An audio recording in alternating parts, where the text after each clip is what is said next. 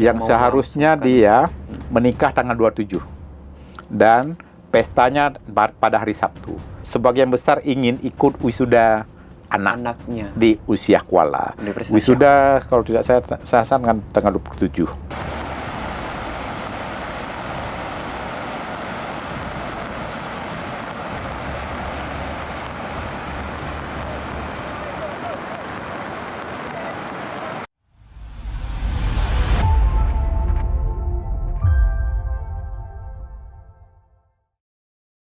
Assalamualaikum warahmatullahi wabarakatuh. Syederalon. Kembali lagi di program Saksi Kata bersama saya Agus Ramadan. Program yang membawa Anda lebih dekat pada kisah-kisah nyata, cerita yang lahir dari mata para saksi, dan suara-suara yang kerap tenggelam di balik peristiwa besar.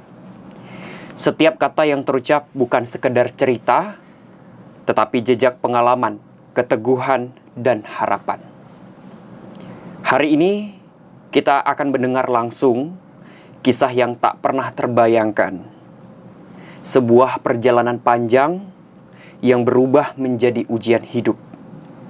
Bagaimana rasanya terjebak 7 hari 7 malam di dalam bus tanpa kepastian, tanpa makanan yang cukup, dan hanya bisa berharap selamat dari bencana banjir besar yang memutuskan jalur lintas Medan Banda Aceh.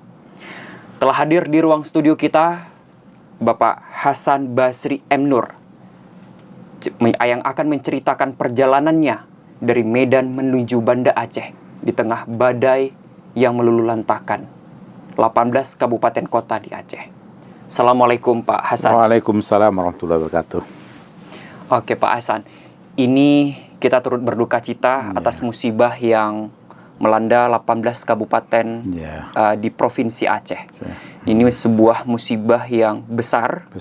Pasca tsunami 2004 silam. Betul. Banyak masyarakat yang mengatakan ini seperti tsunami, Pak. Ya. Badan Meteorologi Klimatologi sendiri sudah memperingatkan akan terjadinya bencana. Kemarin itu pada tanggal sebelum 25, BMKG mengatakan bahwa telah terjadi bibit siklon tropis 95, kemudian berubah menjadi siklon tropis senior. Dan ini masih bingung di masyarakat, apa itu siklon tropis dan lain sebagainya. Anda adalah salah satu korban yang pada hari kejadian, itu tepatnya 25 November 2025. Pada saat itu Anda melakukan perjalanan dari Medan, Banda Aceh menggunakan bus. Pada saat hari 25 November 2025 sebelum berangkat, itu bagaimana kondisi pada saat Anda berada di kota Medan atau tepatnya di terminal di kawasan Ring Road gitu, Pak? Pada 25 November sebenarnya kami berencana untuk pergi ke Simelu melalui udara. Tapi tiba-tiba penerbangan ke Simelu melalui Wing Air dibatalkan. Lalu akan dibuka lagi pada tanggal 27. Jadi kegiatan saya di sana tuh sampai 28. Jadi kami batalkan lah berangkat ke Simelu dan nggak ada alternatif lain. Lalu kami memutuskan untuk pulang ke Banda Aceh melalui jalur darat dan ingin mencoba bus jenis baru, yaitu sleeper yang boleh tidur ya. Jangan hanya mendengar cerita orang, tapi ingin menikmati bagaimana perjalanan dengan bus sleeper. Sehingga kami pilih perjalanan malam pada tanggal 25. Di Medan saat itu ya kondisi aman-aman saja, biasa, normal ya. Cuaca pada waktu Cuaca itu juga bagus. Tanggal 25 itu bagus. Hanya ada hujan-hujan rintik-rintik dan tidak menjadi persoalan. Kami kemudian diantar ke terminal, ke gudang bus Pelangi dan naik bus berangkat pada pukul 8:15. Berjalan busnya cukup normal, masuk tol juga dengan keadaan yang cukup stabil. Sampai Aceh Tamiang kami tertidur dan tidak mengetahui apa-apa. Itu kondisi di perjalanan itu seperti apa, Pak? Kondisi di perjalanan baru terjadi masalah menjelang masuk Kota Langsa. Saya lupa melihat. Itu dalam perjalanan itu hujan turun? Hujan turun. Hujan turun mulai Aceh Tamiang udah turun. Udah turun hujan. Tapi kami mengira itu hujan biasa. Dan menjelang masuk kota Langsa sudah nampak banjir. Air sudah tergenang mungkin sekitar setengah meter ada. Warga kota yang rumahnya di pinggir jalan kami saksikan sedang berusaha menyelamatkan barang-barang dan mencari tempat yang lebih tinggi ya. Jam saya lupa melihat jam apakah itu sudah berganti tanggal atau belum ya. Tapi sepertinya dalam proses pergantian tanggal lah. Itu juga tidak ada masalah di Langsa walaupun jalan perlahan karena mobil bus itu kan lebih tinggi. Lebih tinggi sehingga dapat melalui dengan perlahan dan kemudian melewati kota Langsa berjalan lagi normal dengan adanya genangan air yang normal lah yang seperti hujan biasa. Tapi kemudian memasuki kota Idi, Aceh Timur. Kota Idi Aceh Timur itu busnya tidak bisa melewati. Tepatnya di simpang 4 kota Sigli, di tempat simpang lampu stop di Idi.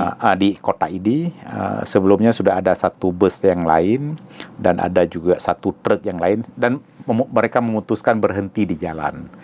Nah, kemudian ketika busnya berhenti itu tengah malam, kami mencoba turun ke jalan, melihat ternyata airnya sangat deras mengalir dari arah pegunungan ke arah laut, ke arah Kuala Idi. Dan bahkan ada sebuah toko yang hancur di simpang itu. Dan itu Bapak menyaksikan. Iya, ketika kami datang sudah roboh ya. Nah, kendaraan dari sebelah Medan dan sebelah Banda Aceh semuanya memutuskan berhenti karena saat itu sudah ada beberapa truk yang terjebak dan kemudian diseret ke pinggir jalan. Ya, jadi sopir bus memutuskan ini tidak boleh dilalui dan bisa terseret busnya. Jadi kondisi sangat mencekam terjadi di Idi dan kami menginap di jalanan. Itu Rabu 26 November dini hari. Iya, Rabu dini hari. Kami baru kemudian keluar bus lagi ketika azan subuh. Berarti sepanjang malam itu Anda terjebak bersama rombongan. Betul bersama rombongan sampai subuh selesai itu kami juga di luar menyaksikan keadaan dan saya mencoba cari makanan ke pasar Idi. Ternyata berusaha masuk ke pasar Idi tidak dapat dilalui. Airnya sangat deras. Ya, dan tidak ada manusia di situ di pasarnya. Sehingga kemudian kami memutuskan untuk mencari makanan di jalan raya. Ada sebuah toko makanan yang menjual ayam geprek. Mereka tetap buka, tapi disuruh bersabar sedang dimasak nasi. Baiknya masyarakat Idi adalah kondisi seperti itu harganya tidak naikkan. Jadi nasi ayam geprek itu ya seperti biasa dia jual, kalau tidak salah saya 10.000 masih ada nasi 10.000. Saya cari sendal masih dijual, sendal jepit itu hanya 12.000. Mencari bahan-bahan lain, minuman mineral masih dijual 3.000. Jadi padahal kondisinya tidak banyak, tidak ada toko buka, yang hanya adalah kios-kios. Jadi masyarakatnya walaupun sudah siang masih menjual dengan harga normal dengan harga normal. Dan kami selaku warga Aceh merasa ikut bangga dan mengapresiasi kepada para pedagang makanan maupun kebutuhan yang lain. Kemudian kami sopir bus kami baru memutuskan melewati air itu setelah mereka melakukan survei lapangan, turun ke lapangan, dan ketinggian air mungkin sekitar 1 meter. Tapi di depannya ada pemandu jalan, sehingga warga sekitar. Jangan sampai dia salah ambil jalan, jangan sampai jatuh ke bawah. Beberapa bus melewati, termasuk bus kami melewati. Tapi sebelumnya ada satu bus, kalau tidak salah saya Armada Indah, masuk ke dalam ya mungkin tanda kutip perangkap lah. Bannya keluar dari aspal dan dia tertahan di situ. Jadi ketika sopir salah memutuskan langkah akan terjebak dalam kondisi banjir karena tidak nampak dia di bagian bawah. Dan tapi kami busnya dapat berlalu dengan sempurna, melewati itu dan kemudian terus dalam genangan air. Kemudian berhenti lagi di menjelang subuh di Pasar Kuta Binjai, Julo, Kecamatan Julo. Masih di Aceh Timur. Masih di Aceh Timur. Busnya jalannya perlahan karena beberapa tempat ada genangan air dan baru berhenti untuk sholat subuh pada itu sudah 27 November. 27 November, keesokan harinya. November. Artinya apa? Sudah 24 jam masih tertahan di Aceh Timur. Oh, enggak. Malamnya masih di hari yang tanggal 26 malamnya berhenti di Julo, Aceh Timur. dan beberapa kendaraan lain sudah berhenti di situ untuk beristirahat. Bus kami juga beristirahat di situ. Di situ beristirahat di komplek masjid. Dan saya salut kepada pengurus masjid. Pengurus masjid itu menyediakan air di kamar mandi, di bak, listrik mati dihidupkan genset, dan jamaah pengguna jalan itu dipersilakan untuk tidur di dalam masjid, bukan di teras. Dalam masjid. Dan saya menyaksikan ada yang bukan muslim juga ikut menggunakan fasilitas masjid, baik yang laki-laki maupun perempuan. Dan ini mungkin salah satu yang patut diapresiasi karena masjid itu adalah milik umat. Dan dalam kondisi tertentu bukan hanya umat yang beragama Islam, yang tidak agama Islam juga dapat menggunakan, tapi dia tidak menggunakan untuk beribadah, hanya menggunakan untuk beristirahat, menggunakan fasilitas-fasilitas kamar mandi dan lain-lain. Nah, itu di Julo atau Kota Binjai, Masjid Al-Kubra namanya. Kemudian kami menginap di situ satu malam. Sopirnya mengabarkan kondisinya tidak memungkinkan kita berjalan. Menginap di situ sampai pagi, kemudian pagi sholat di masjid. Selesai itu kami cari makan di pasar Kota Binjai, juga sama, tidak naikkan harga. Padahal kondisi pengungsi atau pengguna jalan yang beristirahat di situ sudah cukup banyak. Baik pengguna bus, pengguna truk, maupun pengguna armada-armada yang lain. Sudah menjadikan Kota Binjai itu tempat transit. Dan sudah banyak orangnya, dan harga makanan, minuman tidak dinaikkan. Itu mungkin salah satu kelebihan ya. Kemudian setelah beristirahat makan pagi di Julo atau Kota Binjai itu, bus melanjutkan perjalanan sekitar siang hari. Bus yang lain masih berhenti, tapi bus kami itu dengan beberapa armada bus yang lain, mereka bermusyawarah melanjutkan perjalanan untuk mengetahui keadaan di depannya. Ketika melanjutkan perjalanan dari Kota Binjai, tapi tak begitu jauh dari situ, sekitar mungkin 10 km. Itu ada namanya Julo Cud. Di Julo Cud menjelang Jembatan Arakundu, sebelum Dayah Abu Pasi, imam besar Masjid Raya, kembali terhenti karena air di jalannya cukup tinggi, cukup tinggi dan deras juga mengalirnya. Bus memutuskan berhenti di situ. Kami mencoba juga turun dari bus dan mencoba melihat kondisi air itu. Ternyata memang cukup tinggi, dan warga yang mau melewati hanya naik perahu. Ada perahu. Di situ ada sebuah kampung yang sudah terkurung. Saya lupa nama kampung itu. Sudah terkurung dan tidak dapat diakses baik untuk diberikan bantuan. Nah, yang satu lagi, tidak terlihat ada perwakilan pemerintah baik kabupaten maupun provinsi dan lain-lain. Sudah hari ketiga di situ, sehingga informasi yang berkembang itu simpang siur dan sebagian besar hoax. Hoax. Contoh hoax yang beredar, Di jembatan Arakundu sudah miring dikabarkan. Nah, sehingga kami merasa was-was, ini tak mungkin melewati Banda Aceh. Sudah miring, artinya tergenang air, miring. Dikabarkan juga ada pohon besar yang tumbang dan dilarang dibersihkan oleh masyarakat. Itu kabar buruk. Ya, seperti tak tahu nih kenapa bisa beredar kabar seperti itu. Tapi kami tidak dapat melakukan klarifikasi karena tidak mungkin menjangkau daerah itu. Di daerah Abu Pasi, anak-anak santri itu sudah ada yang terkurung, mungkin naik ke lantai 2, ada yang di jalanan dengan membawa bekal dan sebagainya. Sebagian orang juga pergi mencari anaknya yang mondok di daerah Abu Pasi. Jadi kondisi ini berlangsung di sini di Juluk Cud atau dekat jembatan Arakundu, tepatnya di desa Tumpuk Tengah kalau tidak salah saya, Tumpuk Tengah. Kami di situ bermalamnya selama 2 malam.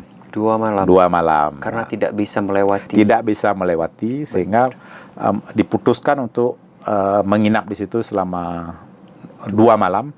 Dan baiknya lagi warga itu, ada seorang warga menawarkan kami untuk menggunakan fasilitas nasah dan juga masjid yang ada di desa itu, serta ada warga yang menawarkan untuk menginap di rumahnya.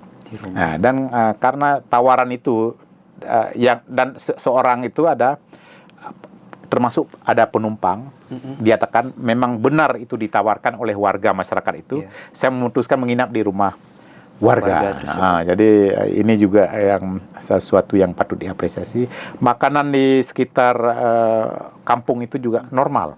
Bahkan makanan dengan ikan yang lauk yang cukup, ya dijual hanya 15.000. Tidak ada upaya menaikkan harganya. Itu sudah termasuk makanan yang cukup bagus. Ada sayur, ada ikan, bahkan ikannya sampai 2 potong diberikan. 2 hari tertahan di Juluk Cud. Kemudian Anda melanjutkan perjalanan bersama rombongan. Nah, itu sampai hari kedua di Juluk Cud. Berarti hari kedua ditambah 2 hari sebelumnya, udah keempat ya. Hari keempat. Kemudian ada seseorang yang baru datang dari arah Banda Aceh. Dari Banda Aceh ada anak muda. Dia membagi kabar bahwa jembatan yang di Biren itu jembatan apa? Krung. Saya lupa. Apa namanya? Yang masuk Kabupaten Biren yang putus. Yang dia itu dikabarkan jembatannya sudah putus. Kami untuk memastikan mana foto atau video, dia mengaku tidak merekam, tapi dia sudah melewati dan dia sudah melihat sendiri jembatan itu putus. Dia memutuskan naik boat atau getek, kemudian dia melanjutkan perjalanan dengan menumpang kendaraan yang berbeda. Tapi karena dia memberikan kesaksian yang sungguh-sungguh, kami dan sopirnya percaya. Artinya apa? Itu sudah terputus, sehingga tidak dapat lanjutkan perjalanan. Nah, sehingga apa? Pada sore hari, sopir memutuskan kita balik ke Medan. Dan ada juga beberapa penumpang bus yang memang orang dari Medan atau dari daerah lain yang ingin ke Banda Aceh, ada keperluan keluarga.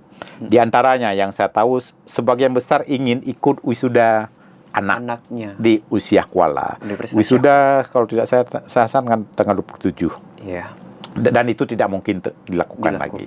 Ada satu juga calon pengantin yang seharusnya dia menikah tanggal 27 dan pestanya pada hari Sabtu. Ternyata kondisinya masih tertahan di situ. Nah, sehingga apa? Diputuskan kembali ke Medan. Termasuk saya juga memutuskan ada ikut rombongan yang ke Medan, tapi ada bus lain tetap menunggu sampai airnya surut dan melanjutkan perjalanan ke arah Banda Aceh. Tapi bus yang kami tumpangi memutuskan putar arah ke Medan, dan saya berpikir untuk pulang melalui udara ya. Saat pulang dari perjalanan ke Medan, ternyata ada masalah besar yang lain. Perla atau menjelang desa Perla, desa Besa namanya.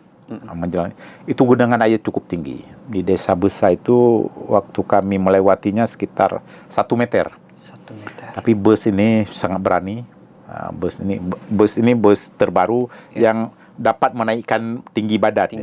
Semacam ada hidrolit, dia naikkan. Kami merasakan busnya semakin tinggi, melewati desa besar itu mungkin ada sekitar 2 kilometer. Lalu masuk kota Perlak itu lebih parah. Bus ini sempat berhenti sebelum masuk kota Perlak. Airnya cukup deras dan tinggi, dan tak ada satu kendaraan pun yang berani lewat. Cuman hanya bus. Setelah dia bermusyawarah, merenung-renung, diputuskan untuk melewati genangan air itu. Nah, saat melewati kota Perlak, saya sempat merekam itu ketinggian air itu setinggi pagar masjid kota Perlak. 1,5 meter setengah. Ya mungkin kira-kira. lebih 1 meter. Dan deras. Deras. Airnya deras. Bus ini kemudian melewatinya sampai depan polsek, lebih tinggi lagi, sehingga suasana dalam bus itu hening. Tidak ada lagi yang berbicara. Hanya mulutnya komat kamit beristighfar. Karena diperkirakan itu busnya akan tertahan dan terseret. Tetapi bus ini berjalan secara perlahan dan kemudian berhasil melewati titik yang paling krusial, dan melewati polsek sampai ke jembatan. Kemudian airnya sudah rendah lagi, atau tempat tanahnya lebih tinggi. Jadi kondisi saat itu hanya satu bus yang kami tumpangi yang berani hari itu melewati kota Perlak. Kendaraan yang lain termasuk ada kendaraan Pertamina tertahan. Dan kendaraan pribadi tidak ada cerita, pasti tenggelam. Pasti tenggelam. Nah, ini juga berhasil dilewati dengan baik. Kemudian menjelang masuk kota di Idi, waktu kami datang keesokan hari, mungkin tengah malam sampai di Idi, tidak ada lagi masalah. Busnya tidak berhenti dan saya tidak sadar sudah sampai ke Idi. Artinya apa? Di Idi waktu itu mungkin hari keberapa? 5 mungkin nih. Di Idi sudah tidak ada masalah, sudah dapat dilewati dengan baik. Tapi menjelang masuk kota Langsa ada lagi air, dan hari itu busnya mencoba pergi melewati kota Langsa dan ternyata tidak lewat. Akhirnya dia balik ke kota Langsa dan beristirahat di kota Langsa. Bus itu setelah makan malam di sebuah warung lalu putuskan beristirahat. Itu di kota Langsa tertahan di hari kelima. Di hari kelima karena bukan kendalanya bukan di kota Langsa tapi di depannya. Karena busnya karena malam kondisi yang tidak menentu, tidak berani jalan. Jadi kalau terjadi apa-apa malam kan rawan, sehingga menginap lagi di kota Langsa. Nah, pada hari kelima itu bagaimana suasana di sana? Apakah lampu menyala? Lampu tidak ada cerita. Memang padam total. Nah, bagaimana Anda tertahan di kota Langsa dengan mengabarkan keluarga Anda? Saya tidak dapat berbagi kabar. Memang tidak ada lampu sama sekali, tidak ada jaringan internet, tidak ada apa-apa. Tapi saya punya laptop saya yang terkonek dengan anak saya. Dia akan terpantau di mana posisi saya. Sehingga dari sini saya tidak merasa was-was karena ada perangkat elektronik yang terhubung ke rumah. Kemanapun itu berangkat, pasti terdetek. Anda berusaha untuk mengabarkan keluarga? Ya, berusaha. Tapi tidak ada terhubung. Ada beberapa orang yang saat singgah di masjid menjelang kota Langsa, ada fasilitas wifi di masjid itu dan diberikan password. Beberapa handphone terkonek. Beberapa handphone milik orang terkonek, dan mereka sempat berbagi kabar itu pada maghribnya. Tapi saya mencoba koneksi ke jaringan wifi itu tidak connect, sehingga saya tidak ikut dapat berbagi kabar. Nah, lalu kami menginap di Langsa. Di sana ada sebuah informasi, ada sebuah warung kopi yang punya genset dan punya fasilitas wifi hotlink berbeda dia. Starlink. Nah, dia menjual voucher 10.000 per 1 jam.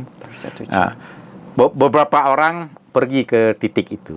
pergi ke titik itu untuk mendapatkan fasilitas. Tapi saya tidak ikut dalam mencari fasilitas seperti itu. Nah, esoknya berangkat lagi, kami perkirakan airnya semakin turun dan kami melanjutkan ke Medan. Sopirnya melanjutkan arah Medan.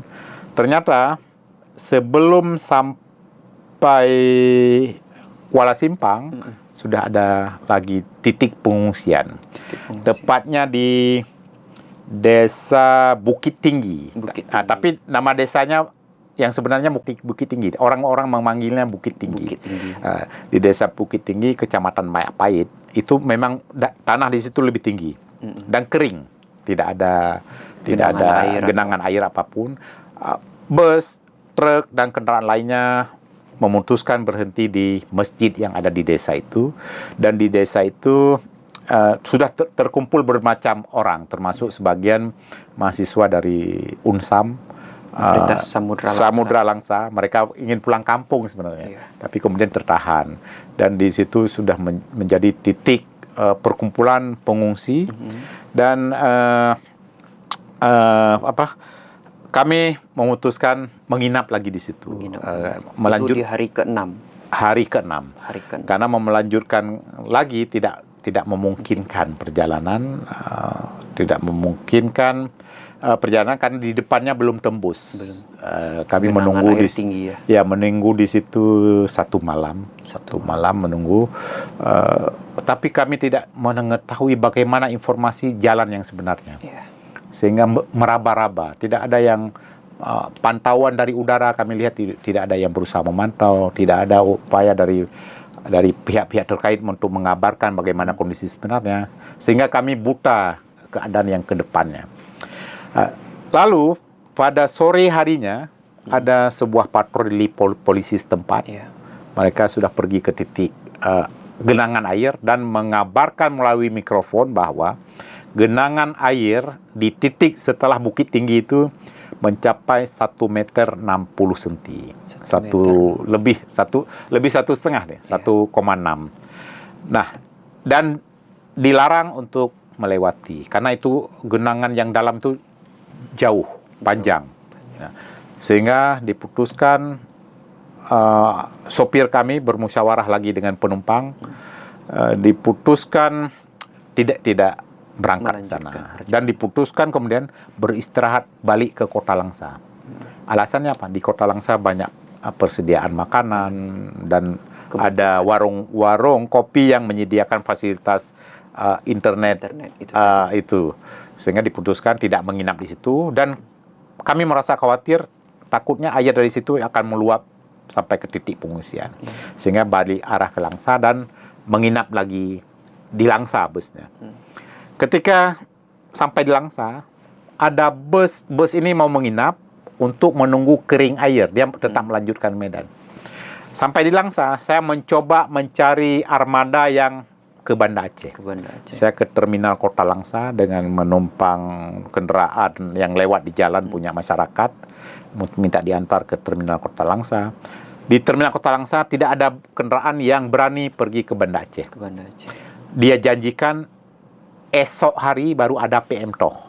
Esok hari ada PM Toh untuk pergi ke arah Banda Aceh. Bukan Banda Aceh, ke Biren, ke tempat Kutablang itu, yang putus jembatan.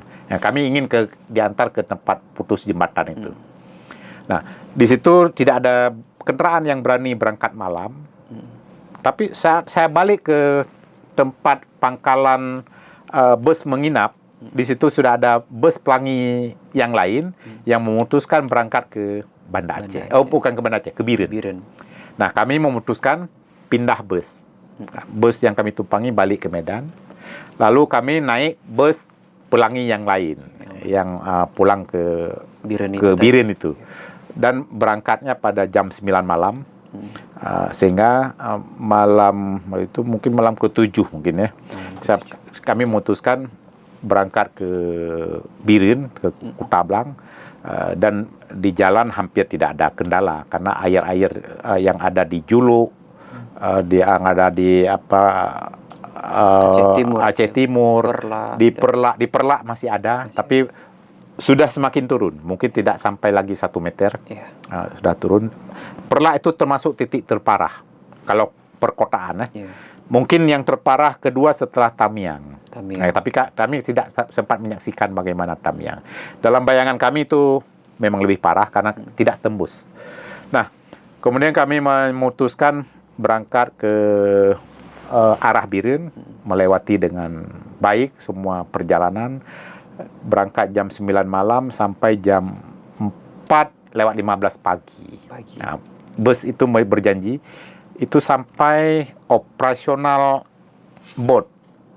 Ditunggu kami itu, keselamatan kami dijaga sampai beroperasi boat, dia akan berangkat, bus itu berangkat ke pangkalan.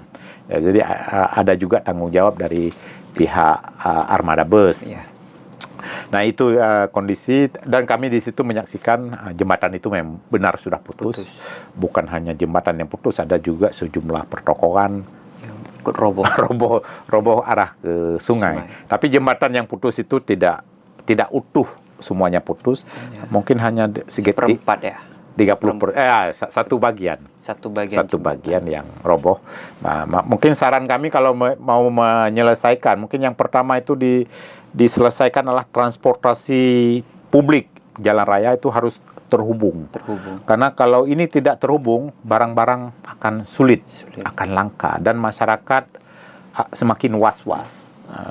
Nah, dan ini terbukti ketika ini dapat dilewati, titik-titik pengungsian itu semakin terurai. Jumlah pengguna jalan raya itu semakin terurai, tidak lagi menumpuk. Nah, pada saat kami pergi, yang belum tertembus hanya di Aceh Tamiang. Yang lain sudah tertembus. Hanya di Biren atau di Kutablang itu kami harus naik rakit dengan ongkos 20.000 per orang. Di seberang sana sudah ada armada yang menuju ke Banda Aceh dan tidak ada kendala. Nah, itu informasinya di PD Jaya itu juga putus jembatannya di kawasan Merdu. Itu bagaimana bus melewati itu? Itu kalau di PD Jaya kan ada jalur alternatif, ada jembatan alternatif. Nah, yang tidak ada alternatif itu adalah di bagian timur.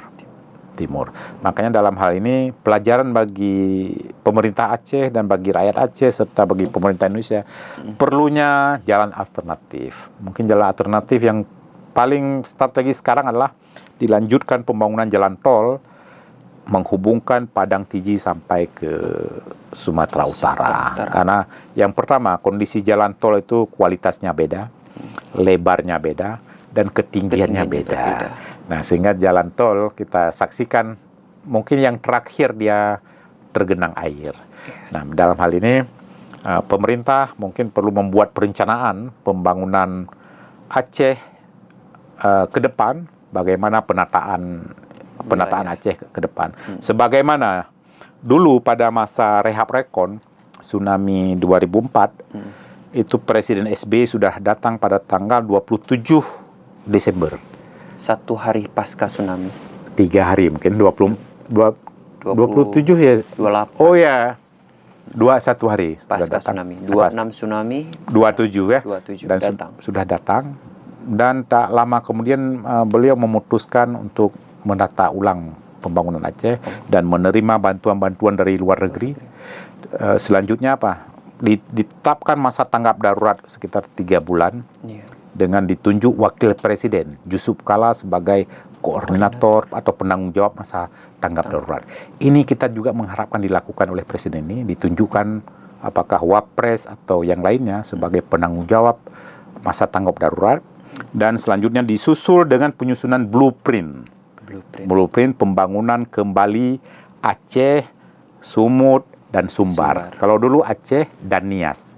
Karena dampak dari tsunami Aceh dan Nias. Ini mungkin perlu ditetapkan yang pertama status bencana nasional dan disusun blueprint untuk pembangunannya, termasuk penataan kembali hutan-hutan yang sebagian sudah digundulkan, menata kembali jalan-jalan yang mungkin jalan-jalan yang dangkal kita sudah terdetek, misalnya Perla ya perlu ditinggikan, misalnya di Julu ya perlu tinggikan, karena deteksi dengan air itu tepat, jangan sampai ada banjir lagi, fasilitas publik ini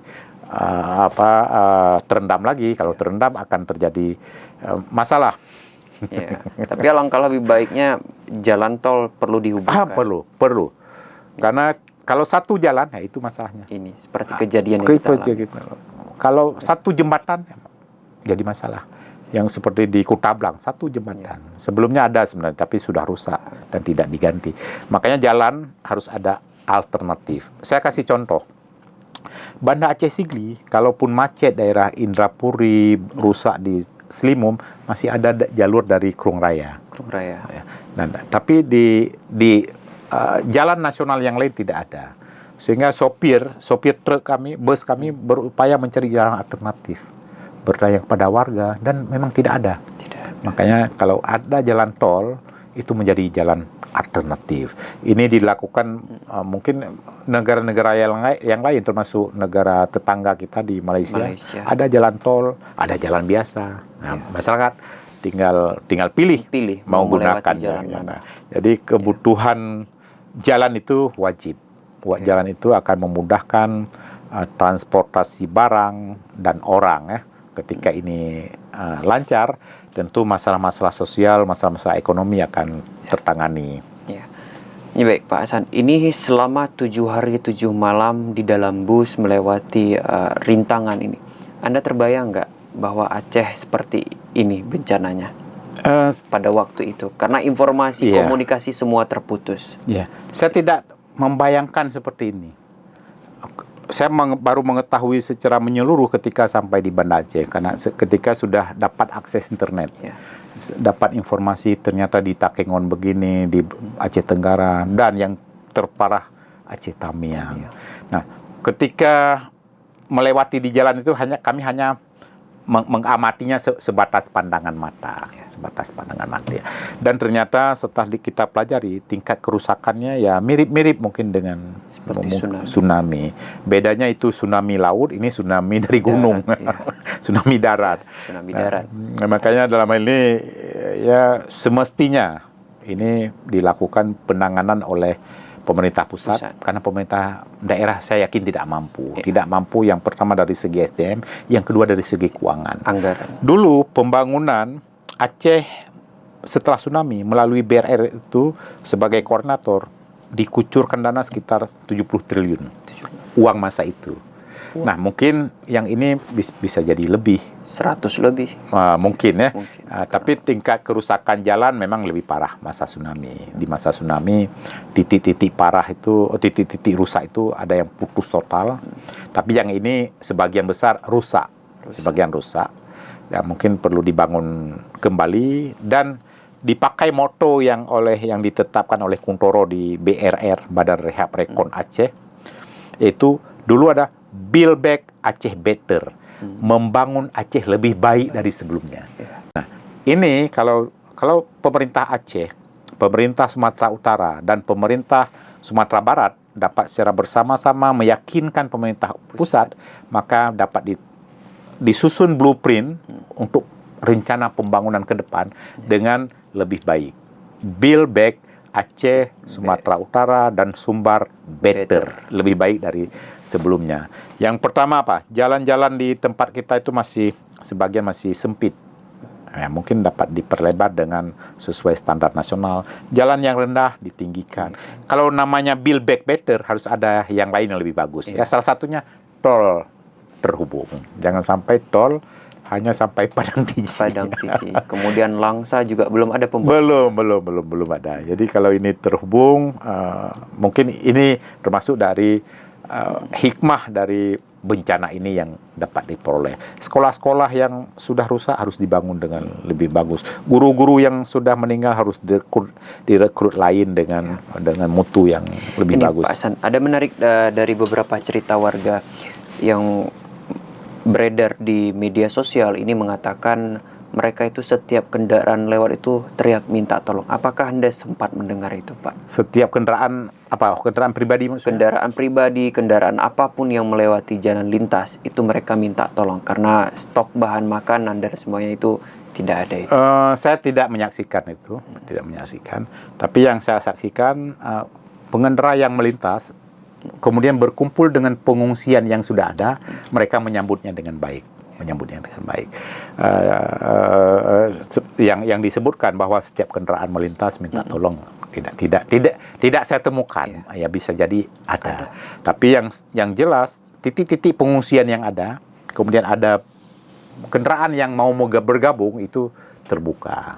Dan ini saya saksikan di beberapa lokasi pengungsian, dan inilah yang disebut dengan solidaritas. Jadi masyarakat punya solidaritas yang cukup tinggi. Di Aceh Tamiang pernah saya temukan, mereka tidak cukup beras, mereka masak bubur. Nah, saya tanya, kenapa dimasak bubur? Alasannya apa? Biar berasnya cukup. Kalau masak bubur kan mengembang. Dicampur dengan singkong. Itu ubi. Video yang menyaksikan. Jadi mahasiswi ditugaskan membersihkan singkong, kemudian dimasak bersama beras. Itu berapa ratus orang? Ada sampai ratus? Enggak, Pak? Ada, mungkin ya 100 ada. 100 orang. 100 atau lebih ya, 100 atau lebih, tapi tidak sampai 200. Yang ada di situ adalah penumpang bus, sopir truk, dan juga sebagian kendaraan-kendaraan pribadi. Mereka menyatu dalam satu titik pengungsian, satu strata sosial, tidak ada beda antara orang kaya dengan miskin. Hanya yang bedanya apa? Pada adab. Mungkin ya yang kurang-kurang punya etika itu kadang-kadang meninggal kotoran di toilet.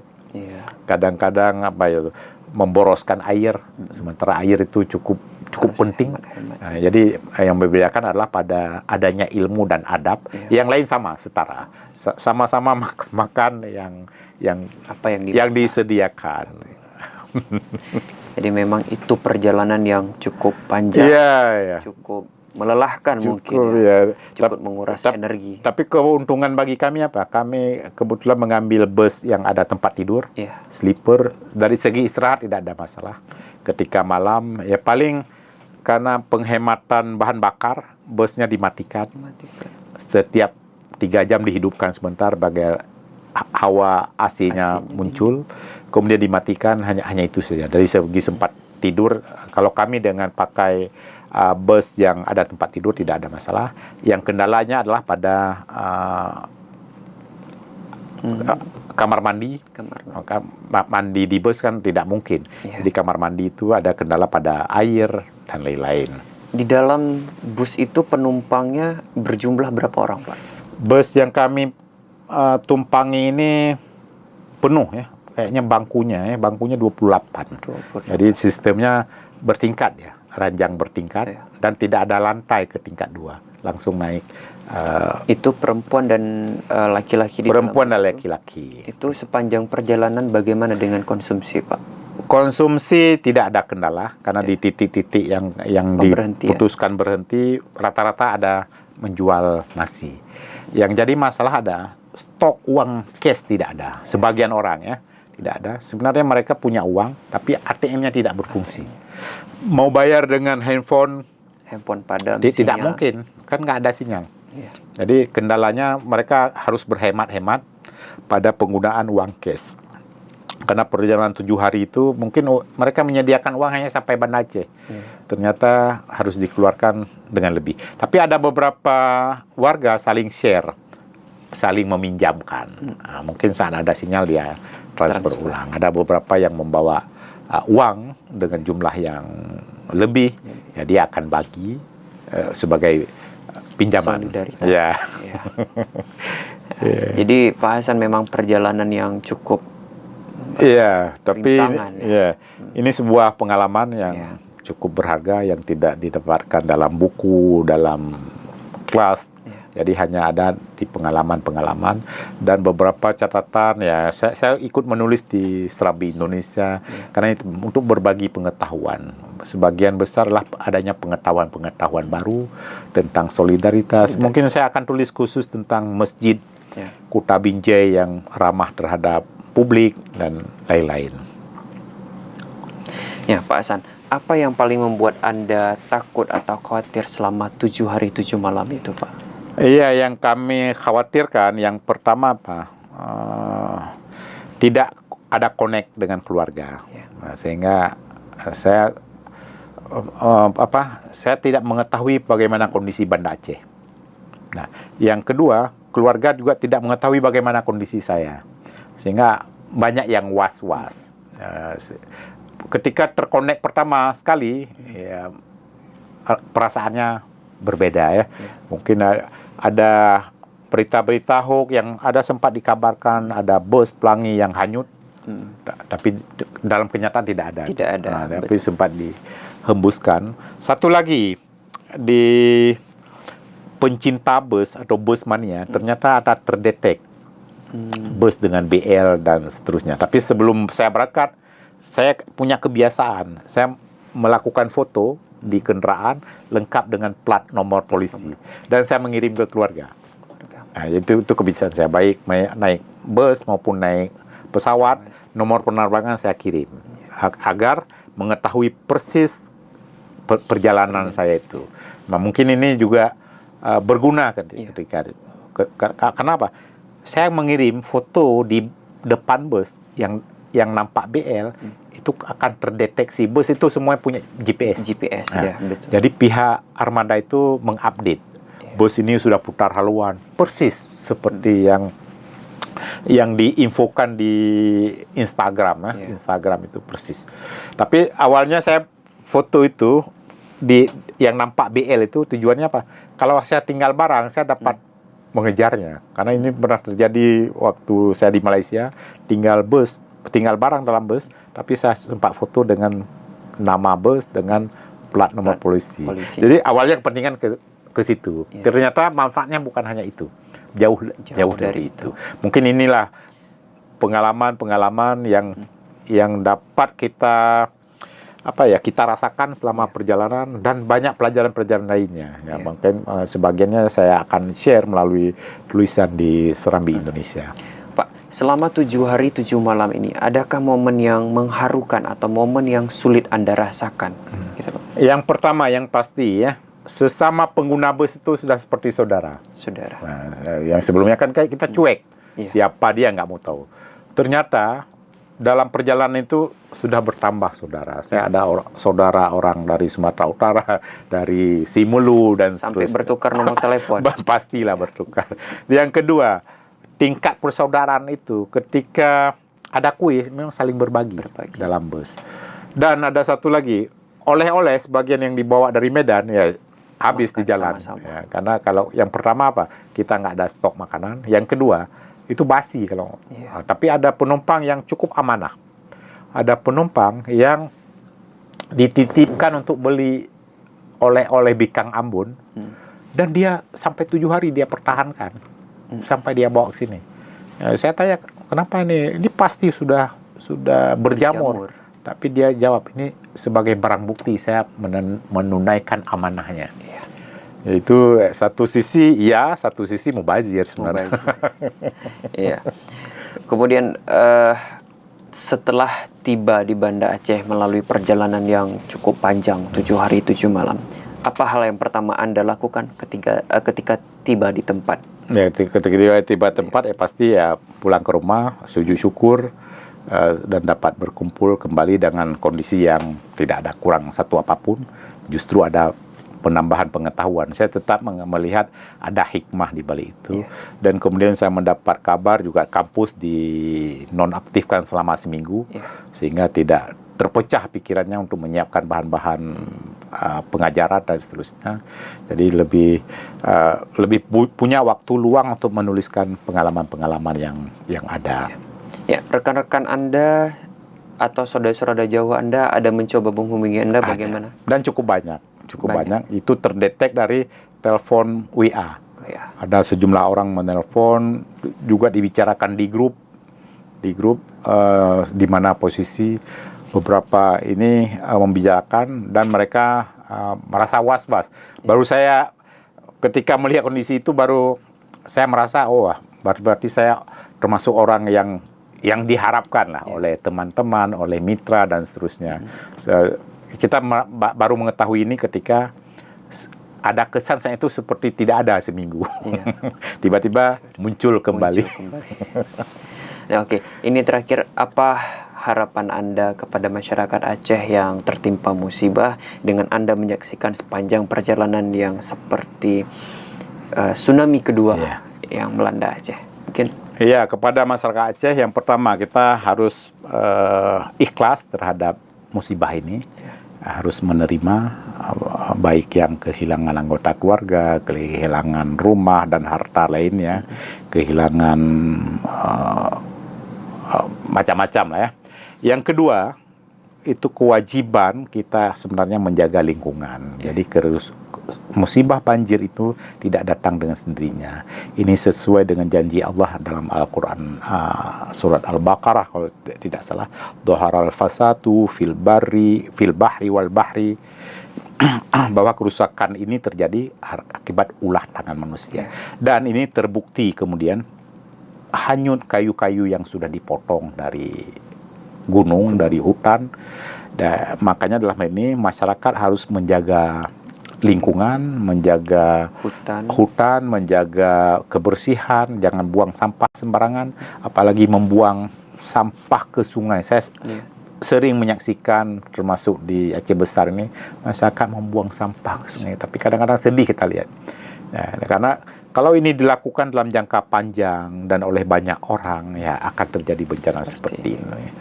Nah, makanya dalam hal ini ada upaya pencegahan yang dapat dilakukan, tapi dari sisi musibah kita harus menerima, dan setiap musibah pasti ada hikmah. Makanya kita coba sekarang bersama pemerintah, meyakinkan pemerintah untuk mencari apa hikmahnya. Kalau sebelumnya musibah tsunami adalah ada hikmah, adalah terjadinya perdamaian antara Aceh dengan Indonesia. Kemudian apa? Terbangunnya Aceh dengan kondisi lebih baik. Kemiskinan sebelum tsunami cukup tinggi, mencapai di atas 30%. Lalu dengan adanya masa pembangunan setelah tsunami turun sampai ke 18%, kalau sekarang bahkan ke 14%. Iya, 14%. Jadi tetap ada hikmah. Jadi jangan sampai musibah banjir yang cukup besar ini tidak memberikan dampak hikmah bagi penduduk Aceh dan lain-lain. Ya, oke. Demikian Pak wawancara kita sedikit singkat. Ya, Syederalun, demikian program Saksi Kata, dan saksikan Saksi Kata lainnya. Saya Agus Ramadan mewakili Hasan Basri, pamit undur diri. Assalamualaikum warahmatullahi wabarakatuh. Waalaikumsalam. Download Tribun X sekarang, menghadirkan lokal menjadi Indonesia.